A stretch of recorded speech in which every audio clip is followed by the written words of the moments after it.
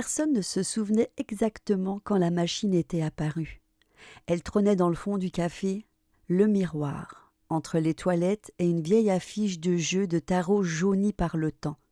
Un kiosque en bois verni, haut comme un homme, avec une vitre bombée derrière laquelle était assise une figurine de femme en cire. Un automate de foire, disait le patron, récupéré dans une vente aux enchères quelque part en Europe de l'Est.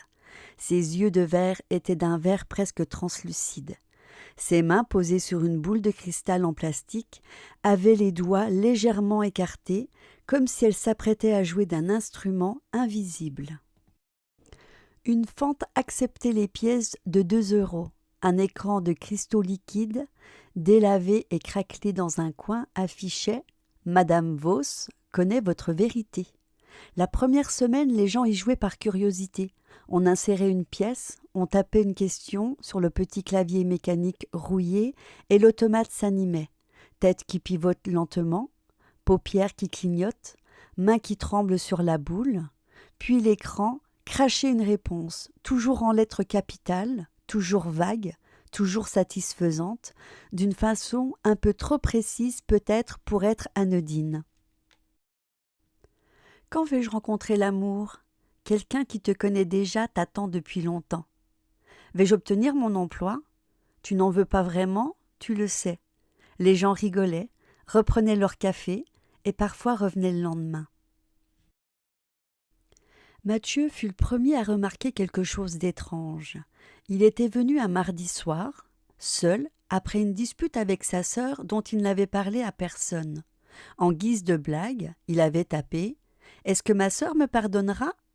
L'automate s'était animé plus longtemps que d'habitude. La tête avait pivoté d'un côté, puis de l'autre, très lentement, comme en cherchant quelque chose dans l'obscurité du café, puis l'écran avait affiché « Elle t'a déjà pardonné.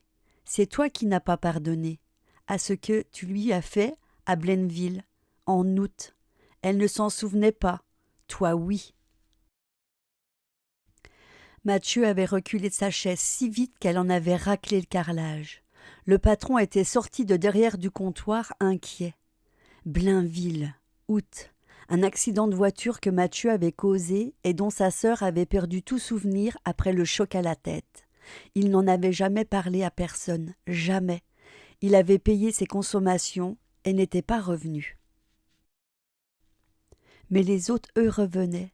Certains commençaient à traiter la machine comme une confessionnelle, des questions de plus en plus personnelles, de plus en plus désespérées. La machine répondait toujours juste. Juste, elle citait des prénoms, des dates, des adresses. Elle décrivait des rêves que personne n'avait mentionnés. Elle répondait parfois à des questions que les gens n'avaient pas encore tapées, comme si elle lisait ce qu'ils hésitaient à écrire, les doigts suspendus au-dessus du clavier. Une femme, Ingrid, avait demandé si elle devait quitter son mari. « Ton mari s'appelle Pascal. Il a peur de toi depuis le soir où tu as trouvé ta lettre. Il ne part pas parce qu'il sait que tu gardes son secret. Vous méritez tous les deux quelqu'un d'autre. » Ingrid était rentrée chez elle et avait eu une conversation avec Pascal. 2 jours après, ils avaient annoncé leur séparation d'un commun accord. Elle était revenue au café pour remercier la machine. Elle avait inséré une pièce sans poser de questions, juste pour voir.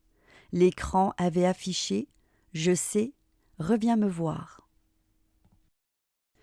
Le patron Rémi commença à tenir un journal. Il notait les questions et les réponses qu'il réussissait à lire par-dessus l'épaule des clients. Après 3 semaines, il avait constaté un motif. Les réponses devenaient plus longues, plus denses. Le style changeait, moins oraculaire, plus intime, presque tendre. Et la machine ne dormait plus. Avant passé minuit, l'écran s'éteignait. L'automate restait immobile, les yeux fermés, mains figées. Mais depuis peu, Rémi remarquait en ouvrant le matin que la figurine n'était jamais dans la même position que la veille. La tête légèrement tournée, un doigt replié, les paupières pas tout à fait fermées, laissant filtrer ce de verre qui reflétait la lumière même quand il n'y en avait pas. Un soir, seul, Rémi s'est retrouvé face à la machine sans savoir pourquoi il s'en était approché. Il avait inséré une pièce. Il n'avait pas tapé de questions. L'écran s'était allumé. « Tu te demandes depuis combien de temps je suis ici ?» La vraie question, Rémi, est depuis combien de temps tu n'es plus seul ? Il avait éteint la lumière et était sorti sans verrouiller la porte. Il n'était jamais retourné au café. Quelqu'un d'autre reprit l'établissement quelques semaines plus tard. La machine était toujours là. Le nouveau propriétaire voulut la débrancher pour faire de la place. Il découvrit alors qu'il n'y avait aucun câble, aucune prise, aucune batterie visible, aucun mécanisme apparent derrière le panneau arrière, juste du bois vide et une légère odeur de quelque chose de brûlé, de très vieux. Il referma le panneau. La machine s'anima une seconde, tête pivotant lentement vers lui, yeux verts grands ouverts, et l'écran afficha « Merci de ne pas avoir insisté ». La machine est toujours là. Les gens y vont encore. La seule règle non écrite que tout le monde respecte sans qu'on se soit donné le mot, on ne pose jamais la question « Qui es-tu » ? Une fille l'a fait il y a quelques mois. Elle a attendu longtemps. L'écran est resté noir. La figurine n'a pas bougé. Puis lentement, les yeux se sont fermés. Et une écriture différente, plus petite, comme gravée dans le pixel. Quelqu'un qui attendait.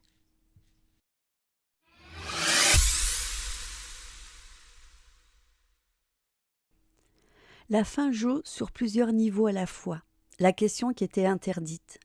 Tout au long de cette creepypasta, la machine répond à tout. Elle connaît des secrets que personne n'a partagés, des noms, des dates, des traumatismes enfouis. Mais quand quelqu'un pose la question logique « Qui es-tu ?», elle se tait.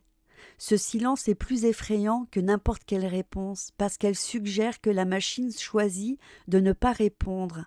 Elle n'est pas capable et elle refuse. Quelqu'un qui attendait. Quand la réponse arrive finalement, elle est délibérément ambiguë. Elle peut se lire sur deux façons.